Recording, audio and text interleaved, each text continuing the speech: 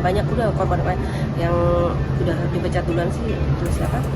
Mas Dali, sekretarisnya. Itu juga kasihan sih karena dia juga orang honorer ya.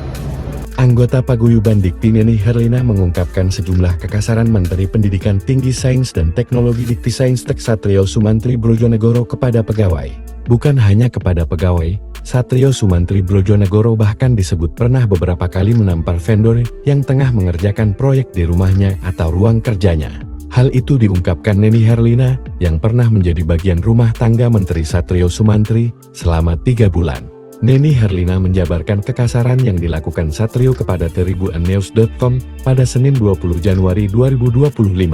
Saat itu kata Neni, pihaknya sudah mengupayakan vendor pemasang WiFi agar segera datang ke rumah. Namun demikian, pihak vendor ternyata telat dalam pemasangan WiFi di hari yang sama. Hal itu ternyata membuat Satrio meledak-ledak hingga memaki-maki vendor dan Neni. Sebelumnya Menteri Pendidikan Tinggi, Sains dan Teknologi Dikti Saintek Satrio Sumantri Brojonegoro diserbu pegawai sendiri pada Senin 20 Januari 2025. Satrio diserbu ratusan aparatur sipil negara ASN saat tiba di kantornya pada Senin pagi. Terlihat Satrio langsung ngacir ke dalam mobil ketika ratusan ASN menyoraki dan mengejarnya. Bahkan mobil Satrio berplat RE25 sempat dikepung hingga sulit keluar dari basemen gedung kementerian.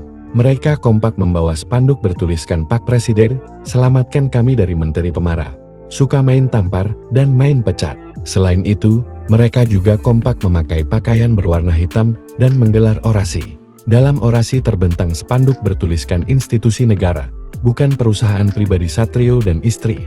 Ada juga spanduk bertuliskan kami ASN dibayar negara, bekerja untuk negara, bukan babu keluarga.